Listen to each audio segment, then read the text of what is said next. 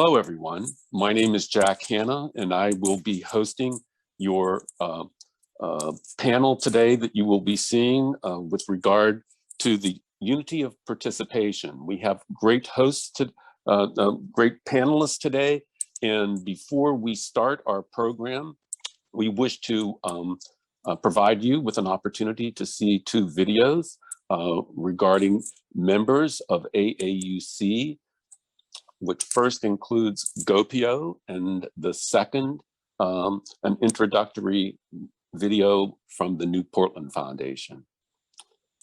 I'm Thomas Abraham, Chairman of the Global Organization of People of Indian Origin, which is an international organization representing and coordinating activities for the 32 million people of Indian origin worldwide. It was formed in 1989 when there were widespread violation of human rights as well as civil rights of people of Indian origin worldwide. But in 10 years we worked on it, and our community people have come into the main political mainstream in many of the countries. The best thing happened to the Indian American community was in 2020 election, when an Indian and African American Senator Kamala Harris won as a Vice President of the United States. In addition, 4 House of Representatives were re-elected and 30 members of the diaspora were elected to the state houses. So we continue to make progress in the political arena, and we also make contribution to the science and technology, information technology, engineering, healthcare, as well as hospitality. And we are very proud to be part of it. We are about 15 chapters in the United States. They do local activities, contributing to the local society, sponsoring soup kitchens and replenishing pantries. And we also arrange talks by eminent people locally, as well as any issues related to Asian American or Indian American community we look after through our organization. We are very proud to be part of Asian American Unity Coalition, and we hope that AAUC continue to do the work and provide the platform for all Asian and Pacific Islanders in the United States as a united community. I wish you all the best. We hope that more people join as live members of AAUC, and more organizations also join as members of AAUC. Thank you. My name is Jack Hanna, and I'm chair of AAUC's Committee on Public Policy and Advocacy. As a third-generation Syrian American, I joined AAUC 2 years ago through the membership of the New Portland Foundation of Portland, Oregon.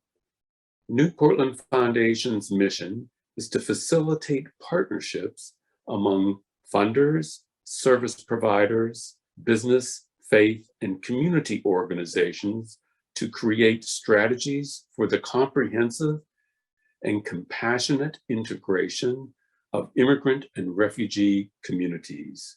We currently are assisting organizing the Portland area to receive and support Afghan refugees and assist Pacific Islanders, such as the Tongan community, displaced by global warming, in implementing those strategies. The New Portland Foundation proudly joins its fellow AAUC members in participating in its National Civic Leadership Forum and advocating for all Asian Americans to obtain and enjoy the benefits of our share of the American dream. Thank you.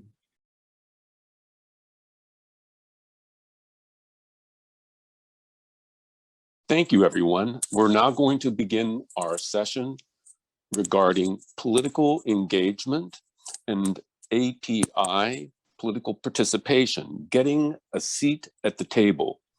That's a phrase that comes from Malcolm X. And as I recollect, maybe it's not an exact quote, but was said by him, if you don't have a seat at the table, you're on the menu. And I think that speaks volumes about what political participation means and what it doesn't mean. We have a great group of panelists today that I'm very happy that have joined us.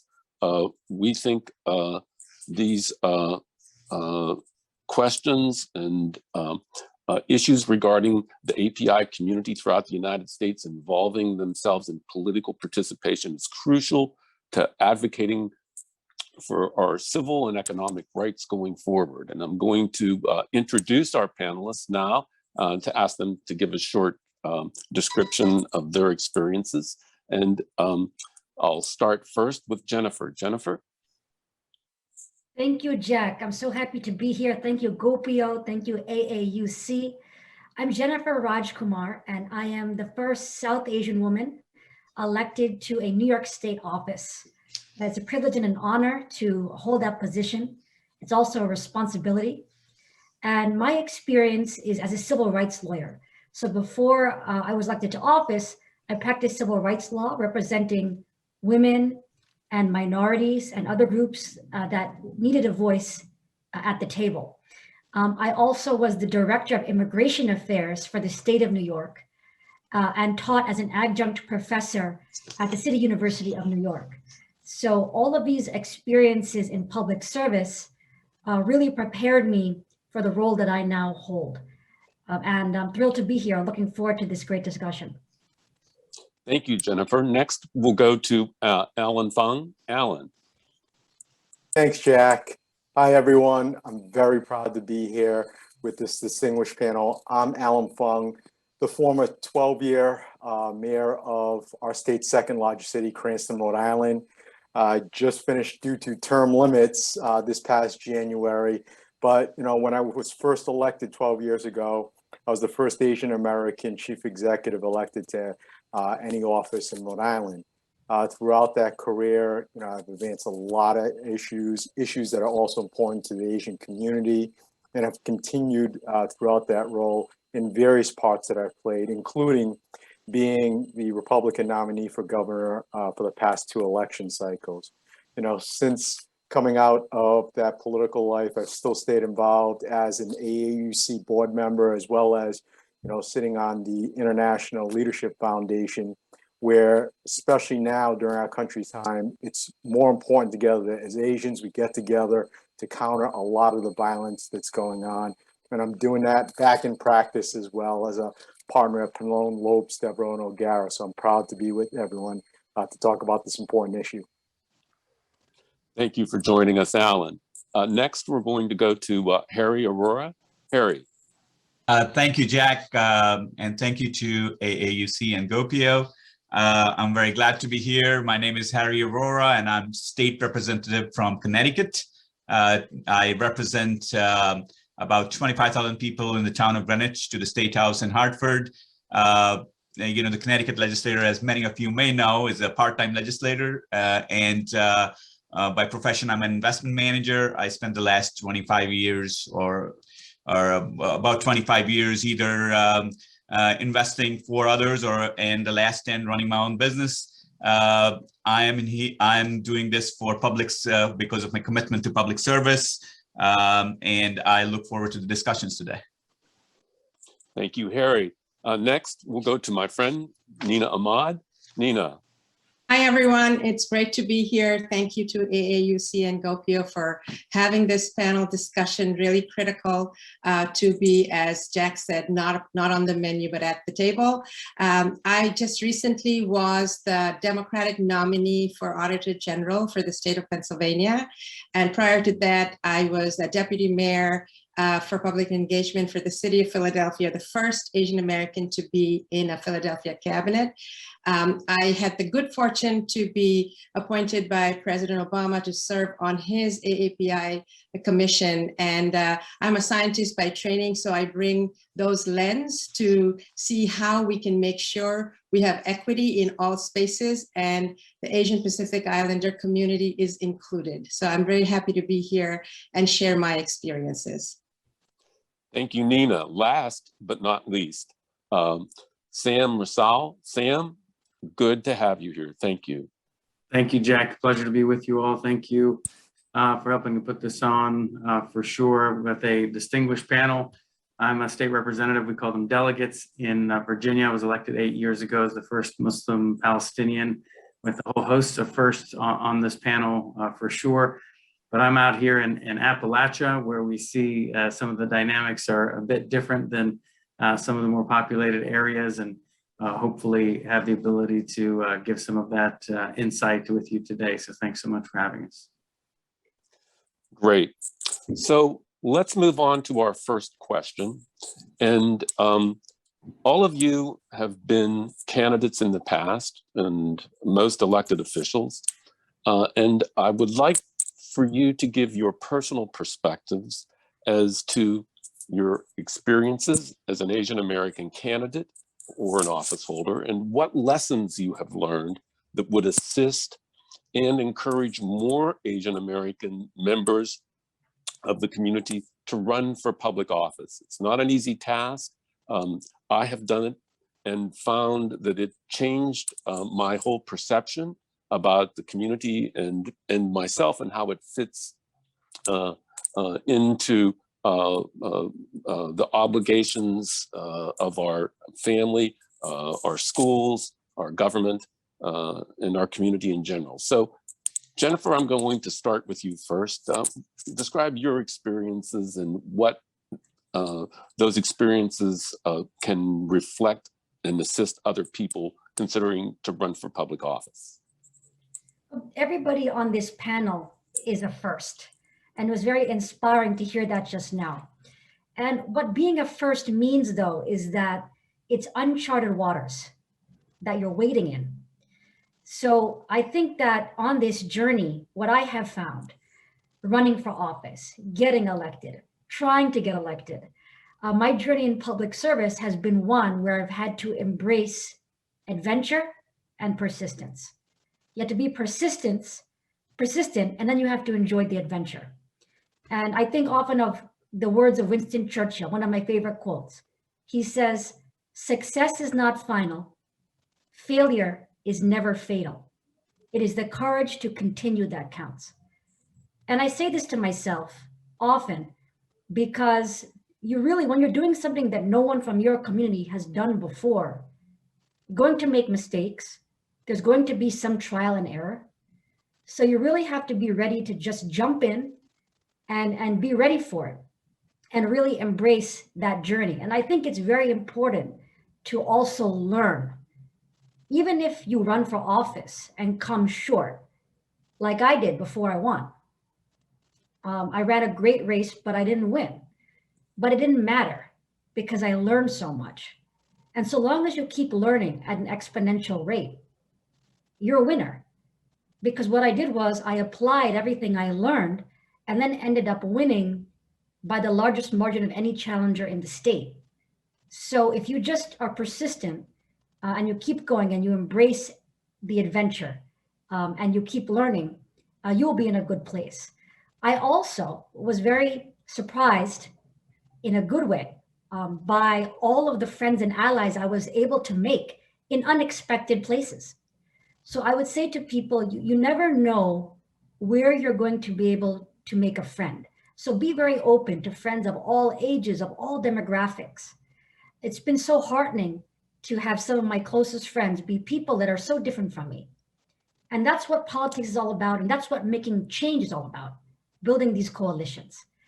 And I think Asian Americans are uniquely poised to be unifiers and to make friends because we are so cross-cutting. Asia is very big. South Asia, East Asia, Indo-Caribbeans are part of our culture as well. And then we can relate very well to other communities also, and they embrace us and our values. So those are my main takeaways. I would say that it's very important to be a risk taker too, if you're trying to make history, if you're trying to do something great. And it is hard, but it's the hard that makes it great. If it wasn't hard, then everybody else would be doing it too. And I'm sure everyone on this illustrious panel knows exactly what I mean when I say that. So those would be the main things that I learned. I mean, to put it in concrete terms, Jack, I started off just wanting to make a difference for people on my journey as a public interest attorney. So I focus on representing domestic violence victims, workers who weren't being paid a fair wage. I represented 5,000 women who are experiencing pregnancy and gender discrimination on the job. So when they got pregnant, they were effectively demoted or fired. That's illegal, but it happens all the time. And so as a young lawyer, only 26 years old, I represented this class of women. I really threw myself into this at a young age. But by throwing myself into the fire, I learned so much. I began to realize along the way that if you really want to make a difference, you need power. So I did a total 180 and I went into politics.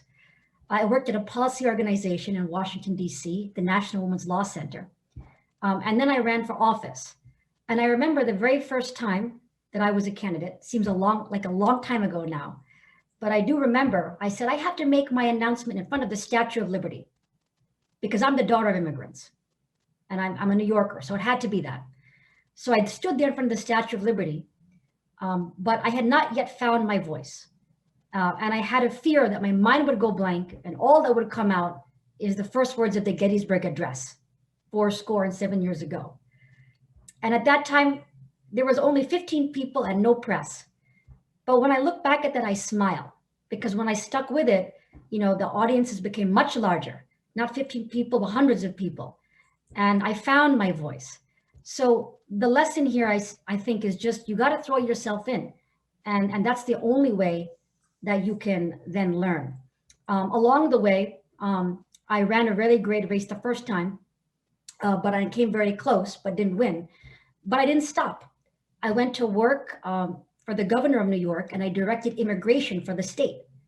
And what I did was I built a $31 million program to make sure that immigrants who were alone and in detention had legal representation. It was the first in the nation program of its kind. And I learned so much by being at the executive level in state government. And then I took all of this experience and applied it to running successfully. And that's why I sit here as the first South Asian woman ever elected to a New York State office. And I know I won't be the last one. And it's my job to bring up others in our community. But if I hadn't taken those risks and embraced adventure and been persistent, I would not have made that history. So that's a little bit about my journey. And I'm looking forward to hearing about the other journeys on this panel. Thank you so much, Jennifer. I really very much agree with your two perceptions, especially with regard to losing and winning. I personally think you may learn more from the experience of a campaign by losing more so than winning. And the second thing is building the coalitions and being open to communicating with other people different from you. I have found that years after the fact of reaching out to someone, it creates an opportunity later on where you're able to connect in a way that wouldn't have happened before. So being open-minded is something that's very, very beneficial and important. Alan, we're going to go to you next and have you provide us with your perceptions and suggestions and ideas about what it is like to be a candidate and encouraging other Asian Americans to do so in the future. And, I want to jump off what Jennifer aptly said. When you're running for office, it's a big risk. It's a big risk because you're putting not only yourself out there, you're putting your family out there, good and bad. And, like Jennifer, I didn't win my first race either. When I first ran for mayor back in 2006, I lost in the closest race in city history. We had this crazy recount that went up to our state Supreme Court. And ultimately, I lost, but I wasn't deterred. I still stayed involved, just like Jennifer did. If you want to help people, the only way you can really do it is be passionate and continue to stay involved. And that's what people saw. Because I came back in that next election undeterred. And the election was historic in a sense that, I was the first Asian American, mayor in our state's history. First Asian American running for a major office like that. And in a city where our minority population is extremely small. But before I took those first steps in that risk to jump into office, I had to be prepared, and you had to do a lot of self-analysis as well as get your family prepared for those highs and lows of the campaign trail. Because you learn a lot from not only just the losses, but each race that you've run. Whether it's my race for mayor or for my two close races for governor, you learn from those losses, you learn from the mistakes. But the one biggest thing I will tell anyone that wants to run, especially Asian American candidates, minority candidates, be yourself. As you go on to that next step, whether it's your first race or the next one, you're going to have people telling you, do this, do that. You can't take this position. You can't do that. Trust yourself. Even though you might be new, trust yourself. And that's one of the things that I've learned, because, especially when you're on that bigger statewide stage where you're getting consultants on the national level, you're getting, media from all across the globe because of some of the history making identities. People are telling you everything, every which way, but you cannot deviate from what you personally believe in, what you want to accomplish, because if you do, the voters will see through that. And, especially being a minority, you carry an extra weight. All of us were first. You carry that extra weight to make sure that you want to do a great job in the positions that you're in. You're advocating for policies for your constituents, your residents. And you're going to do that in that position, but you have to get there first. And part of that is also making sure that your family is involved. I'm fortunate, as I'm first generation born to this country. My parents came over from Hong Kong, for a better life for myself and my two sisters. I embraced that in that campaign trail. I told the story about my family, how they started that Chinese restaurant, the same restaurant that they ran in Cranston for 35 years. I let them know that I was that young boy that worked in that restaurant, and that's what led me to the ideals I hold every single day. And those are the same ideals that I will represent them as their mayor. And it worked. But there's also the negatives, because quite frankly, as far as we've come in our country with breaking down those racial barriers, this still exists to this day. And it exists on that campaign trail, whether it was for my run for mayor, where, get this, the headline on the weekend just before election day, in my first election, from the local Cranston Herald, was voters have a choice. Will it be Italian or Chinese? Boiling down the two candidates, basically a food choice. And I'm sitting there going, wait a minute, you've got two great individuals. One who was a former judge, and myself, who's an attorney, former city councilman, running, but yet you want to put that out as the headline? So there's, in each step of the way, and it gets worse as you seek higher office for governor, or any other higher office. Not only will they, go through your background, your foibles, everything else, but it gets, challenging. But like Jennifer said, don't be deterred, because it's those risk takers that succeed and can help advocate for strong policies for your community, for your state, for your country. So hopefully that helps, anyone that's out there thinking to run for office. Thank you, Alan. I'm sure it does very much. That's a great story. And your point about being genuine and authentic and putting yourself out there as a person, it's a very intimate experience in many ways. And that is something that everyone should be prepared for when they enter the public arena of political participation and candidacy. Harry, we're next going to go to you, and very much want to hear your comments and ideas. Take it away. Thank you, Jack. I want to start with where Alan just left off, because I fully agree. You have to be yourself, and you have to bring your heart in. Politics is very interesting, because it's not just a policy set which people look for. Citizens and residents, they look for you, your character, yourself, and your heart, really, in some sense, where you stand. And many times when you are in my case, an immigrant American myself, I came here, as a graduate school student. So I opened my mouth and everybody knows, where do you come from? That's the first question anybody's going to ask me, where are you from? Well, I'm American. Well, but I come from India. So, and India is Indian or India. So that's its own discussion in itself many times. So the real point is, however, if you try to get boxed into a narrative, which either your party or consultants will give you, you have no chance. Because guess what? Everybody has that. You're not going to differentiate on that. But we as Asian Americans have a lot more to offer.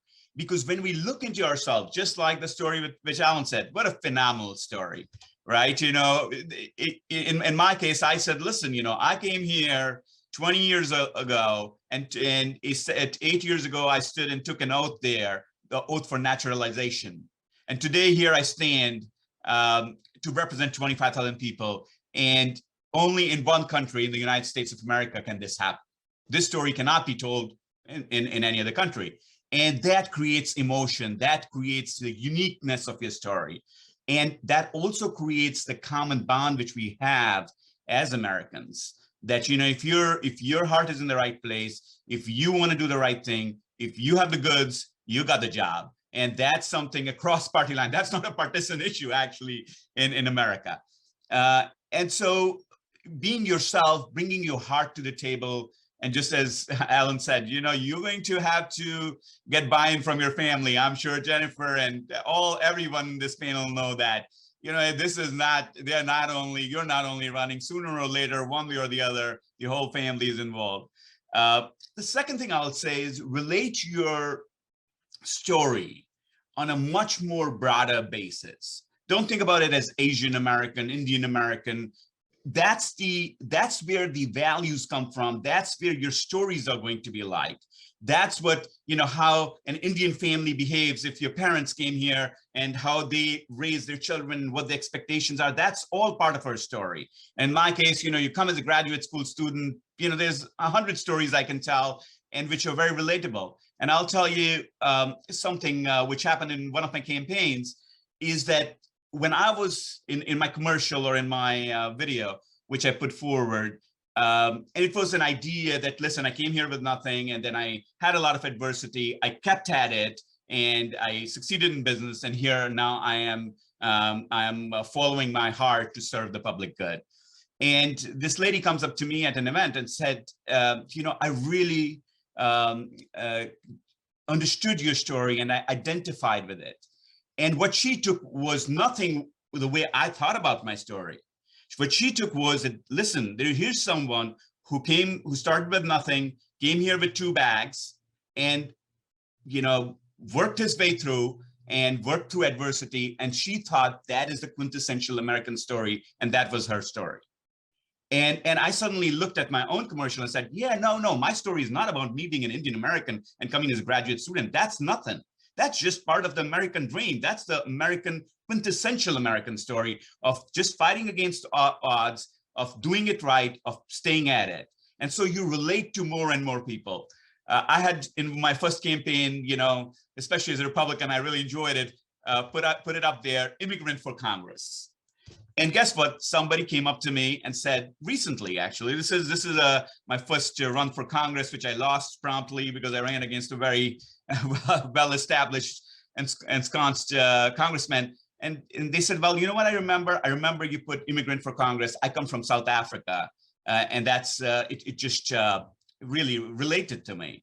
And so by broadening your own definition of yourself, of your own experience, all foreign-born people actually identify with each other to a degree you wouldn't believe. And I found that whether it's South Africans who came first generation, and they may not actually identify with their parents. That's a different identification or bonding in some sense. Because when you come as an immigrant, you go through certain processes of, getting to become American, which is different when you come as a as a child of an immigrant. And all of us are immigrants in some way, so that's not the point. The point is finding these common bonds and these common stories amongst ourselves is a very strong thing in political race. And finally, I think especially in an Asian event, or for anybody Asian, I'll tell you there is one thing which is happening in electoral politics, which is monumental, which is the change in technology, or the influence of technology. It comes two ways primarily. One is in targeting, or identifying who you are going to try to reach out to, because think about that, instead of 1 million people, if you have to reach out to 300,000, it's easier and it takes less effort and money. And the second is also the direct outreach, because as a someone who's running not as an incumbent, but as a challenger, you do not get the press, you don't have the money to buy big buys in terms of media. So this direct outreach is very powerful. And both Asian Americans know technology quite a lot. You'll find a lot of volunteers who will tell you things about technology and what can be done, whether it be social media, whether it be Twitter, whether it be email strategy, there's a host of strategies. So if you own direct outreach, if you own that technological focus, you have such a big edge that you can do with $100 what your competitor might need $1,000. That's the kind of leverage you get. So do not discount the fact that you can own technology, and technology really can make you change the whole game. And finally, I think this is what Jennifer had mentioned earlier, and I totally identify with it. This is a long-term journey, especially in politics, because you play it out in front of many people and you don't know who's watching. So I ran for Congress and I lost, and I was back. I was like, maybe I'll do some, non-profit work or do this or that. And then I get a call. Hey, listen, you ran a great race and we really want you to run for this and this. Please consider it. Or people want you to keep involved because there's so many people who are actually looking at you, who you really are marketing to. So there will be options which will open up. Just stay at it. Don't get don't give up. Have your thing about you that, this is a journey. Enjoy it. And just as was said before, it may be uncomfortable. Sometimes when you start out, you have all the stage fright and your first 2 events, and now it's my 5th year in politics. So for, going into my 5th year, the first 2 events in a year, I'm kind of a little bit, raw. And then I get my stories. I always have 3 or 4 stories, and each year those stories become new stories. And now I have 15 or 20 stories from the last 5 years. I can really tell a story which people are going to enjoy based upon the audience and they'll relate to. So those are the kind of the few key takeaways. Bring your own self, relate to your community, not just your narrow definition of community, to the big community who you are going to serve. As an Asian, make sure you don't minimize technology. That's your secret weapon. You can take on anyone. You can take on an incumbent who's got 10 times your money if you focus on technology. And the long-term journey is what matters, both in terms of your service as well as in terms of your career. Thank you, Harry. Those are great perceptions, especially your point about strategy and tactics going forward. Those are critical in this day and age and becoming more and more so. Next, we're going to go to Nina. And Nina, I know in your efforts, there have been successes and challenges. And I'm sure they've had a significant impact on your political perceptions and ideas, and we'd like for you to share those with us. Thank you so much. Absolutely. Thank you so much. Much of what I'm going to say has been kind of said by the speakers before, but obviously we all have our own personal individual take on it. Running to become the first Democratic nominee who was a woman, a brown immigrant, a Muslim, a scientist, and an advocate, a fierce advocate for women. As you can see, the 2 signs behind me, I am currently the president of the Pennsylvania chapter of the National Organization for Women. Women's rights are under attack. And so that has been a platform for me since I was very little. I am an immigrant from Bangladesh and lived through the War of Independence, which was very bloody. It was terrible. And as a child, that made a huge impact on me. There were 2 things that made an impact. One was the fact that a ragtag group of people could come together Yes, they got help from a bigger power later, but the original fight was by local people who stood up to have a voice. So as a young person, I saw that regardless of what the big obstacles are, you have to be true to yourself. The second thing was that 250,000 women and girls were brutalized as a tool of war. And I saw that, and I saw the role of women was not just in my then country, but in the world. We see it today. It is still happening today. And as Jennifer, has told us that she worked for women's rights and domestic abuse, we have seen an increase in that in this COVID pandemic. So the work is not done, whether you're elected or whether you are an advocate, whether you're in a nonprofit sector, the values that you are fighting for continue. So, having been a Democratic nominee, the first, as I said, woman person of color, actually in the 239-year history of Pennsylvania, even though I didn't, clear the general, the fact that there was a woman in a 80% white state where Asian Americans are about less than 4%. So that speaks to the value of creating coalitions, solidarity with communities, particularly those who understand oppression, and understanding the different layers of oppression and how they intersect is critical. And that is how I was able to get more votes than Hillary Clinton in 2016 or Barack Obama in 2012, over 3 million votes. For this person who has a Muslim name and is brown and is fiercely an advocate for women. So be yourself, authentic, and have around you a kitchen table of people who tell you the truth, not people who tell you things you want to hear. And I happen to have 2 daughters who are brutal in letting me know what mom is doing. Is it right? Is it not? And I have an extremely supportive husband without whom I could not have done it. Both my parents have passed away. I have no other family here except extended, cousins here and there. So my family is the town that I grew up in, is the African-American community without whose votes I would not have cleared the primary. The city I live in, Philadelphia, is over 60% people of color and close to 40% people of African-American descent. So for me not to have coalition building, there was no way for me to go forward, right? And so authenticity, and first, before even that, knowing yourself. You can tell yourself a lot of lies and they come crumbling down when you go out into the public. So best to have your kitchen table hold you accountable from day one. Tell your story. Another lesson I learned, people don't vote because of logic. People vote on emotion. I'm a scientist, so I'm always looking for evidence-based ways of doing things.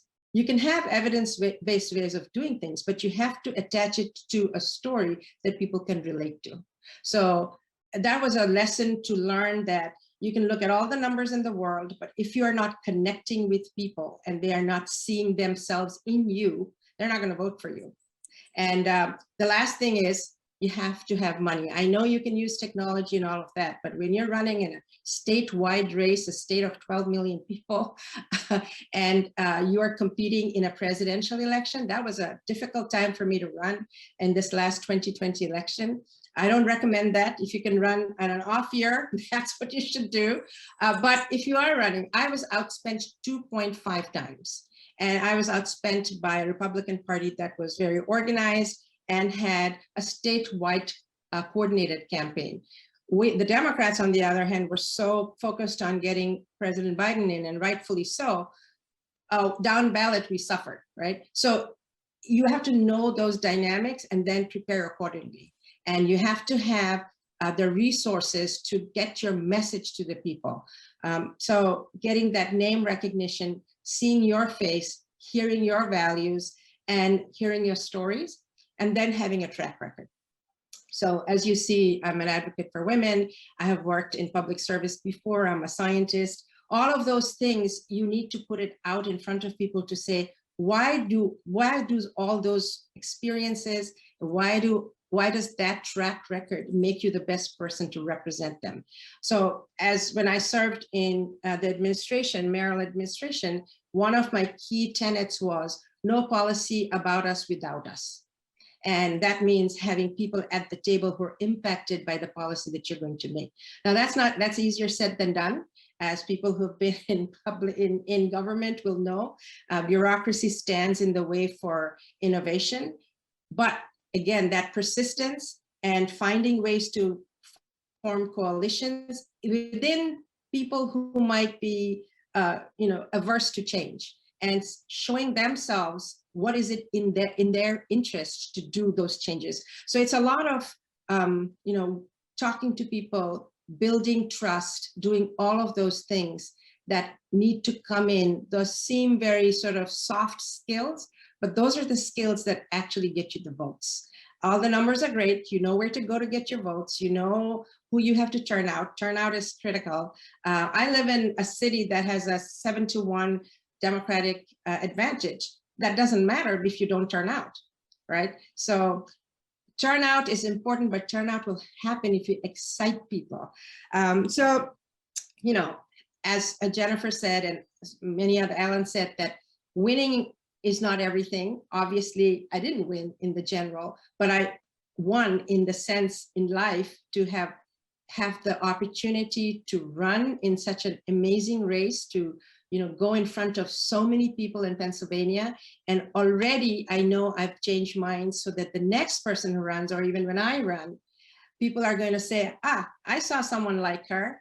I know where she comes from. I know her values align with mine, and it will be a little bit easier and open the door for the next person. So, it was something that I'm deeply proud of, and I'm glad I did it. And I hope people would consider public service, even though it has all these other issues that come into play. It's so worth it. So thanks so much. Thank you, Nina. Being a former fellow Pennsylvanian, I'm very proud of the contributions you've already made to the state, and know that they'll continue in the future. Next, we're going to go to Sam. And Sam, you know a bit about winning and losing, being perhaps the most recent candidate to have run back in June. And also I want to just prompt a bit in your response. I'm particularly struck about your location and residency and identification as being an Appalachian. I'm from originally Western Pennsylvania, and a small coal mining town. So I know what that's about. And there's a little bit of a different approach that's taken, I think, from that cultural perspective, as opposed to maybe the ones that our previous panelists have spoken to. So Sam, your take. Thank you so much for joining us. Thank you so much, Jack. I appreciate it. And trying to make sure we add to this esteemed panel for sure. Delegate Sam Rasool in the western part of Virginia. Some great points. Like Nina, I've got 2 daughters who are learning to be more opinionated for sure. Being a risk taker, learn from losses, be yourself, follow your heart, and voting is not a logical decision, it's an emotional one. Some good points that we've already heard for sure. So my first run was in 2008. I was running for U.S. House in this western part of Virginia and Appalachia. And I knocked on this guy's door and I said, hey, I'm running for Congress. There's this guy, Senator Obama, he's running for president. I'm running for U.S. House, and we'd love to have your vote. And he's a young man, maybe in his mid-20s, which was actually about my age. And he said, well, I'll vote for you, but I ain't voting for Obama. And I said, why? He said, well, he's a Muslim.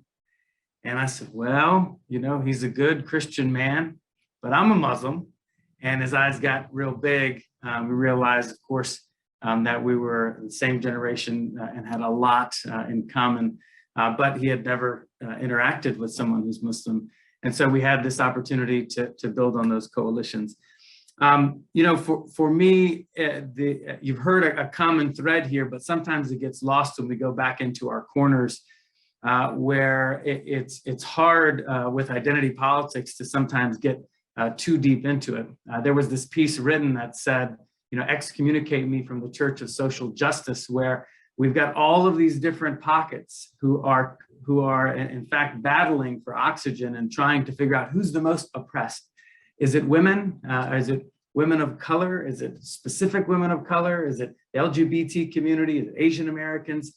The reality of it is there are injustices that cut across so many different groups of people. And to be able to tie that in together is important. But for us collectively, to not get caught up too deep in that identity politics, I think is critical. So just a couple of things that I would take from that. Number one is to push back on the title of this whole thing, which is unity. I think that unity in America with a country that's this big, especially on the left side of the equation, is long gone. It is about coalition building. And you've heard almost everyone talk about coalition building. The nuance is that unity says, hey, I've got all the answers. Get behind me, I'll make sure we get it done, where coalition building genuinely works together with different folks at the table to build common goals, as opposed to saying, you are going to be the bearer for us all. The Democratic Party, as a Democrat, would need to be more and more careful to ensure that we are building broad coalitions. But I think all in politics should be careful to ensure that that is the case, lest we sell something people are not interested in. We're not interested in anymore as a country, and to say that, you know, here's this one person, this one party that's got all the answers, the monopoly on things, that's just not going to work in such a beautiful, diverse nation, for sure. And so the way I would approach this, and what I've talked about in the past with folks, is to celebrate your identity, organize by identity, which is in part what we're doing today. But when we advocate, we do not advocate for identity. In fact, we should advocate for our common values. So I should never go to an elected official and say, what are you going to do for the AAPI community? What are you going to do for the Muslim community? I should say, what are you going to do to defend the Constitution? What are you going to do to defend these rights that I know maybe have disproportionately been taken away from my community? But that is a message that genuinely brings folks together. After the first Muslim ban, when I gave a speech on the House floor here in Virginia, I talked about how Virginia, in fact, the House of Delegates, was the birthplace of religious freedom in the Western world, because the statute for religious freedom was birthed by Thomas Jefferson, and it's actually the only document on the wall. After I gave that speech, a few days later, a gentleman came to me, a Republican, I'm a Democrat, he's a Republican, came up to me and said, you know, you spoke for me when you gave that speech, because I'm a Mormon and many people do not believe that I'm Christian. And I appreciated the way you approached that. And so it's important for us to remember the tone and the tenor. We can give some great speeches that'll get us a lot of movement on social media, but hopefully as we move forward, we can figure out how to build broader coalitions. Heck, if we can do it in some of these spots, you've heard from these individuals, even here in Appalachia and western part of Virginia, we can do it anywhere. So thanks so much for having me. Those are great perceptions. Thank you so much, Sam. Really appreciate it. We only have about 7 minutes left, so I'm going to ask this next question with the idea in mind that it's going to be a lightning round response. So about a minute or so, if you would be so kind to limit your statements and responses. How should the Asian American community deliberately organize locally to promote civic engagement and political participation? We all know, you need that grassroots network in order to be successful, to communicate with your constituents, and having a local organized community is the foundation and basis of that. Your thoughts with regard to that idea and concept. Jennifer, we'll start with you first for about a minute, if you would. Thanks. Yes, I think that Asian candidates should humble themselves before the electorate and make friends wherever they can, and really, reach out to people that haven't voted before. I will say that in my district, I have a Gurdwara, and when I was running for office I went to the Sikh temple, and I said, who here would like to see the first South Asian ever elected to our state legislature, to our state assembly. And all the men raised their hands on one side of the room and no women. And I said, and how about you, ladies? And then they all raised their hand. So it was just a little push. We saw more participation that day, but that trend continued throughout the whole election. And that's what I see generally. You kind of have to speak to the electorate in their own language, and you have to humble yourself before the electorate. And then you will see the turnout numbers increase. Great. Thank you so much, Jennifer. Alan, your thoughts on this topic and question? You know, one of the things that I see that's really needed is, I don't care if you're a Republican, Democrat, you know, Chinese, Japanese, whatever, Asians aren't a monolith, but we have to support each other, because right now our numbers are down in, well, it's the state legislators, mayor's offices, Congress. I want to make sure that we have numbers there, because numbers matter, you know, and that's how we're going to build bigger coalitions to have, you know, that, I don't care, contest, still, whatever you want to call it, different policy differences, but it's laid bare once we're there. But like you said, when you started off, Jack, we don't have a seat at the table, enough of us at the table, we're not even going to have those policy discussions. But so that's where I think we've got to become united. You know, even now, I've helped Democrats. You know, I was supporting Andrew for mayor, helping Michelle run for mayor up in Boston right now.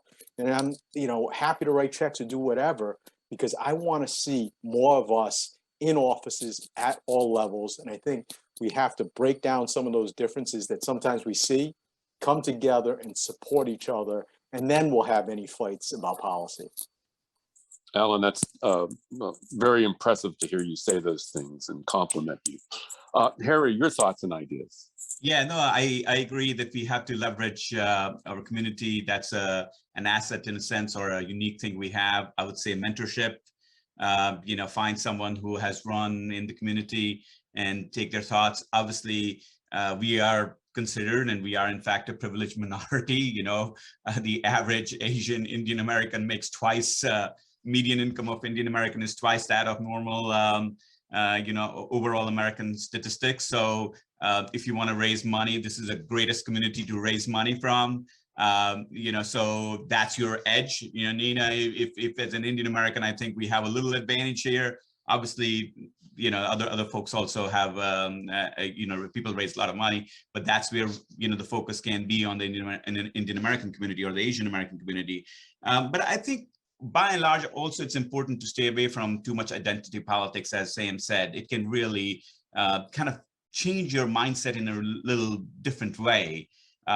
So, you know, I'm a Sikh American, and I'll tell you statistics also, being a Republican or being in a certain area, 10% of our registered Indian Americans, you know, because of good data targeting, I know that 34,000 Indian Americans, less than 10% are registered Republicans. So the normal, there's a great advantage here. You know, you would look at that number and say, well, Harry, that's you have no advantage being an Indian American or Asian American. And the reality, it's a total opposite, because now you really can market, or you can have what you call the vote switcheroo. So always look at the positive, and you know, there are certain places where you can definitely organize and leverage our mentorship, as either mentorship or money raising, or in other areas. Thank you, Harry. Nina, your turn. Yes, thank you. I just want to push back on this against identity politics kind of thoughts, because so long this country has been white identity politics. Let's be clear, right? That's been the default setting. So when we talk about identity politics, it's about bringing all ourselves to the table. We have many different parts. And as I'm going to give a quote of Audre Lorde, who was a Black feminist, and there is no thing as a single issue struggle, because we do not live single issue lives. So I think that puts to rest this whole identity issue, because we're not just Asian Americans, we are not just women, we're not just people of color, we have all of those things. And all of those intersections are important. And those are the intersections where you find your voters. Somebody who identifies more strongly as X than Y, but the fact is we are all at that intersection together. And I think we need to underscore that and talk about building solidarity. And when we reach our folks, it doesn't mean our folks doesn't mean just somebody who looks like me. We reach our folks who understand the values, we win. And the last thing I'll say is, you know, that we are not a monolith.